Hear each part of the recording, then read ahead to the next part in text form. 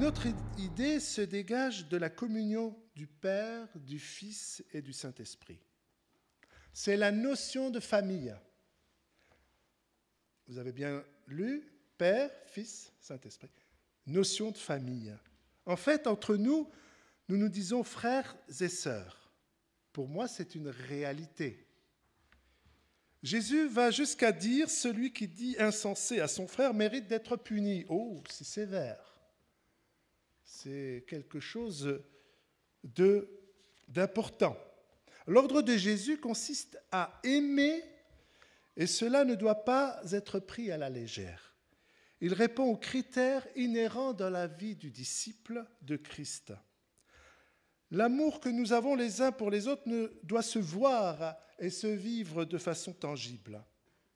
Je ne parle pas de sentimentalité, de naïveté, qui n'ont pas leur place dans la communion du corps de Christ. Des sentiments sans discernement, non. Mais des sentiments conformes à la volonté divine, ah oui, à 200%. Frères et sœurs, cherchons les sentiments qui étaient en Jésus-Christ parce que les siens furent empreintes d'humilité. Philippiens 2 en parle et Romains 12, 16. Aussi entre nous l'humilité. Vous connaissez, le verset revient dans notre mémoire. Considérez-moi plus grand que vous. C'est pas ça. Vous êtes bien enseigné, c'est bien. Considérez les autres au-dessus de vous-même. C'est-à-dire que nous devons rester humbles les uns les autres. Je n'ai pas à me prétendre au supérieur à vous. Nous sommes normalement ensemble, dans la même direction vers le Seigneur, pour servir ensemble et ne pas se considérer supérieur. Et c'est quand même grave parce que si nous permettons à notre orgueil, et parce que l'on a une certaine notoriété, oh, je suis connu. Non, c'est Jésus qui doit être plus connu. Comme Jean-Baptiste, il avait vraiment une attitude assez extraordinaire. Il était habillé, il vivait dans le désert et mangeait des sauterelles. C'est une condition humble et austère. Et encore, il dit, il faut qu'il croisse et que je diminue. Une fois, j'ai entendu quelque chose d'assez étrange. Quelqu'un disait qu'il était serviteur de Dieu, et je crois qu'il est toujours serviteur de Dieu, seulement il y a des aspects qu'on oublie ou qu'on laisse de côté à cause de la notoriété, parce qu'on est connu, qu'on veut des privilèges encore plus supérieurs. Non pas qu'il faille dénigrer à ce point-là, non. Mais celui qui est venu d'ailleurs, d'un autre continent, demander au groupe organisateur qui avait préparé ou choisi une chambre pour lui, d'hôtel, lui qui vient pour demander « Non, j'aimerais un hôtel avec suite ». Je crois qu'il a oublié certains aspects de ce que le Seigneur nous demande, hein, l'humilité, et de ne pas se considérer plus qu'il ne faut. Et c'est ça qui nous permet de vivre quelque chose d'intéressant dans la communion fraternelle, c'est d'être humble, de vivre cet amour entre nous. Alors Jésus a aimé, Jésus a pleuré, Jésus a partagé, Jésus a compati avec le faible. Jésus a su parler avec tous, tant les religieux de son époque qu'avec la femme pécheresse, prise en flagrant délit d'adultère. Il les a tous aimés. L'unité dans l'amour. Et encore, nous pouvons nous appuyer sur 1 Corinthiens chapitre 13, concernant cet amour. Une autre pensée par rapport à cette communion fraternelle, c'est l'unité dans la diversité. On dit souvent l'unité dans la diversité et non pour l'uniformité. Mais par égard pour l'unité, nous ne devrions jamais laisser des différences mineures nous diviser. Nous devons rester centrés sur les objectifs communs que Dieu a pour nous et son Église. Dans le texte de Acte 4, il mettait tout en commun. Et c'est ainsi que nous devons, en tant que corps de Christ, mettre nos dons tant naturels que les dons de la grâce reçus par l'Esprit, tout en commun. Et dans cette uniformité, je n'ai pas à donner un manteau qui ne sied pas à l'autre. On doit permettre à ce que tous nos dons se manifestent dans l'Église. Et comme dit un texte, tout avec ordre. De laisser l'expression de vos dons dans cette communion fraternelle. Un chrétien venait de façon... Oui, je parlais justement de l'harmonisation, et je passe très vite à l'unité, à un autre point, qui est l'unité dans la patience. Donc, un chrétien venait de façon cyclique me voir pour reprocher l'imperfection de l'Église à son goût. Il voulait que je secoue l'Église en donnant des messages qui interpellent de la manière la plus forte afin de réveiller les consciences. Ce à quoi je lui ai répondu que Jésus ne pense pas de la même manière que lui.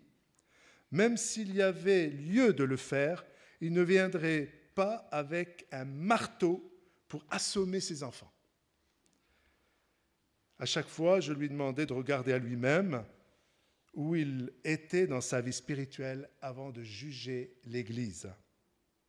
Donc ce frère était impatient. La perfection ne sera jamais ici-bas.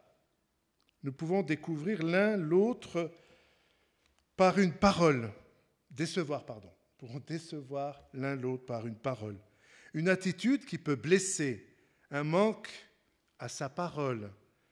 Tout cela de façon involontaire, du moins je l'espère. La patience est de mise dans cette unité. Comme le dit un texte, « Soyez patients envers tous ». 1 Thessaloniciens 5, 14. Dietrich Bonhoeffer, le pasteur allemand, qui fut martyrisé à cause de sa résistance contre les nazis, a écrit un classique sur le sujet de la communion fraternelle, la vie ensemble. Dans cette œuvre, il suggère qu'être déçu par son église locale est une bonne chose, car cela détruit les fausses attentes de perfection. Plus vite on abandonne l'illusion qu'une église doit être parfaite pour qu'on l'aime, plus vite on s'arrête de faire semblant et on commence à admettre qu'on est tous imparfaits et qu'on a besoin de la grâce. Voilà le commencement de la vraie communauté. Ainsi, la communion fraternelle, dans son unité doctrinale, dans son unité dans l'amour, dans l'unité dans l'harmonisation de nos dons et l'unité dans la patience, malgré les imperfections des membres de l'Église, nous permettra de vivre la communion fraternelle d'une manière plus authentique, plus sereine, plus solide. Et dans les moments les plus sombres, elle se bonifiera face aux difficultés par lesquelles nous serons amenés à traverser. Pour garder notre unité, il nous est demandé de faire tous nos efforts pour la conserver dans les liens de la paix. Rick Warren parle de la communion fraternelle comme une protection de l'Église. Je cite ses propos. « Vous devez vous considérer comme agent de l'unité, mandaté par Jésus-Christ pour promouvoir et préserver la communion fraternelle parmi les croyants. Voici quelques-unes des façons que vous pouvez faire cela. Centrez-vous sur ce que vous partagez en commun, pas sur nos différences. Choisissez d'encourager plutôt que de critiquer. Refusez d'écouter les commérages. À propos de commérages, là c'est dans un autre domaine, mais cela peut être mal vécu au sein de l'Église. Mais là c'est à l'extérieur. Mon épouse tout récemment me téléphone et me dit, au fait, j'ai rencontré une personne qui a entendu dire qu'elle était enceinte. D'après les dernières nouvelles, bon, je ne le savais pas. Donc finalement, voilà ce que peut provoquer des commérages au sein même de notre communion fraternelle. Les personnes ont cru voir de l'extérieur. Peut-être ma femme était un petit peu rondelette, c'est peut-être ça, mais on ne doit pas imaginer plus loin.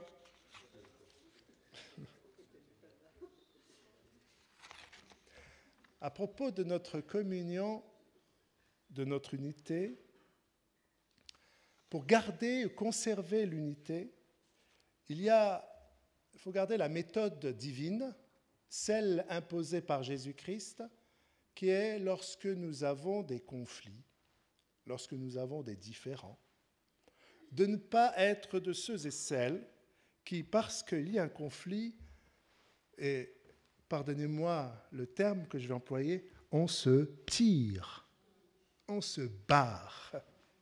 Non. On ne veut pas affronter les conflits de peur de se mettre dans un état pas possible. Vous savez, Jésus a dû affronter la mort. Il l'a affronté. Il savait que c'était son heure et il devait passer par là pour notre bien, pour notre salut. Et de la même façon que nous voulons vivre et conserver la communion fraternelle de façon forte et solide et authentique, il faut savoir aussi prendre à bras le corps tous les conflits que nous pouvons vivre ou avoir, indépendamment de notre volonté, ou alors provoqués malheureusement par nos attitudes. Et que ce frère ou cette sœur qui viendrait vous voir et vous dise « Tu m'as blessé, tu m'as fait quelque chose. Ah bon, je ne pensais pas, j'ai cru. Je t'ai dit ça, ça t'a fait mal. » Eh bien, de savoir prendre du temps pour discuter. C'est un domaine qui peut nous aider énormément dans la communion fraternelle, parce qu'on peut la rompre de notre propre chef. Je ne veux pas le voir. Ce n'est pas dans les textes, ce n'est pas dans l'esprit de la parole de Dieu, dans l'esprit de la communion fraternelle. Tant qu'on n'a pas vu les personnes pour parler entre quatre yeux, de voir de visu et d'en parler sérieusement. Voilà, mon frère, il y a quelque chose qui me chagrine chez toi. Ou l'autre, ou alors accepter que l'autre me reprenne et dire, bon, ben, il y a quelque chose que je n'ai pas accepté. Ah bon, c'est quoi?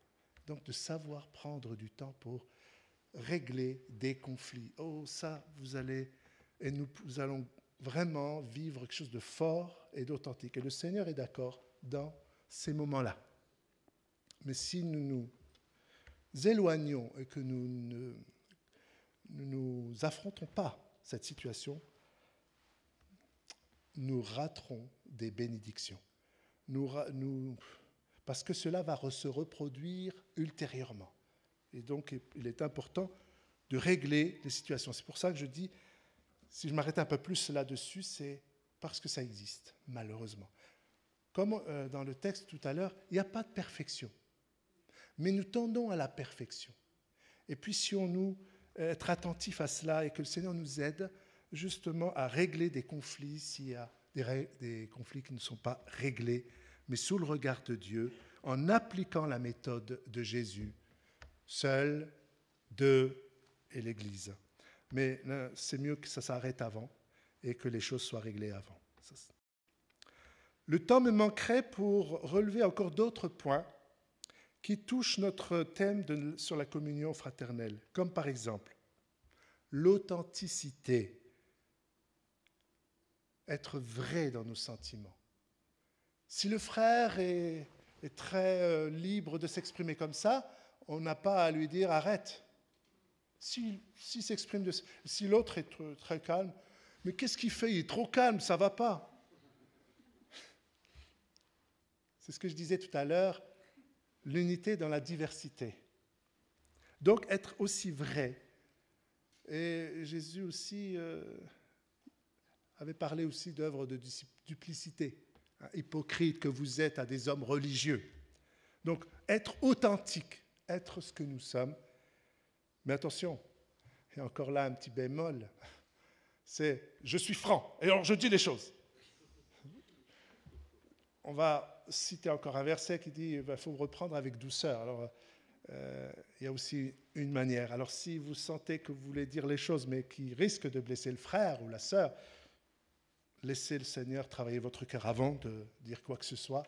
Si ça ne nécessite pas de lui dire parce que c'est quelque chose de secondaire, laissez ça de côté. Parce que nous voulons viser haut au niveau de quelque chose de solide, à un niveau intéressant. Donc l'authenticité, il y a aussi l'encouragement entre nous. Je connaissais quelqu'un qui disait qu'il avait plutôt un ministère de découragement. Reprenez tout. Ouais, oui, mais. Ah là là. C'est bien, mon frère. Et moi, je peux dire que tout à l'heure, pour la louange, déjà hier soir, ça a été pour moi une joie d'entendre. Et j'ai dit, c'est beau. Voilà ce que je pense. C'est beau. Alors, encouragez et encourageons-nous. Il y a aussi la solidarité, comme nous avons lu tout à l'heure, et mettez tout en commun. Donc, la solidarité. Donc, on va se donner pour le bien des uns et des autres. Et s'entraider, même s'il le faut matériellement. Exercer la miséricorde, donc, c'est aussi important. La miséricorde, c'est ne pas regarder le défaut de l'autre. Pour simplifier, c'est ne pas regarder les défauts de l'autre. Il est ce qu'il est. Je ne veux pas l'assommer. Le Seigneur l'aime. Même moi, j'ai des défauts, donc le Seigneur m'aime. Moi aussi, je dois pardonner facilement. Alors, ceux qui gardent des choses dans leur cœur, ils auront du mal à progresser spirituellement, ou entrer dans cette dimension de la croissance spirituelle. Un autre point, c'est l'honnêteté, être honnête. J'avoue, je suis honnête avec moi-même, je ne veux pas jouer au fanfaron, donc je suis honnête. L'autre point, c'est l'humilité, on l'a abordé tout à l'heure.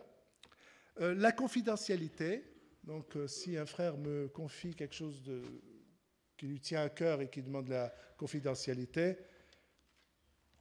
si ça s'est répété, on ne peut plus faire confiance au frère ou à la sœur.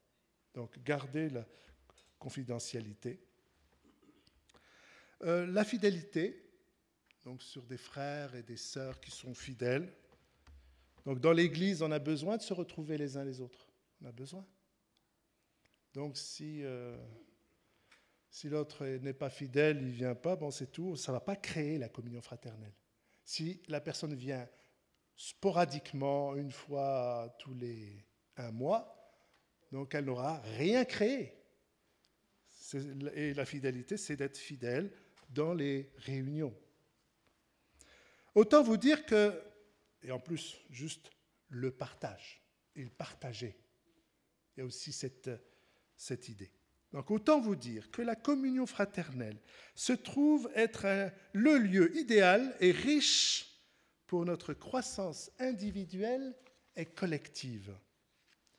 En conclusion, nous comprenons que nous ne pouvons pas faire l'économie de cette réalité de la communion fraternelle.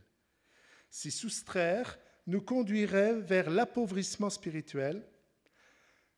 D'ailleurs, certains ont refusé de continuer parce que difficile de pardonner, difficile de se laisser reprendre, ou parce que trop exigeant à leur goût.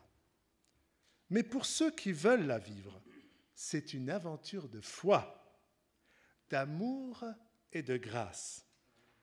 Et comme nous l'indiquent les actes, persévérons dans la communion fraternelle. Amen.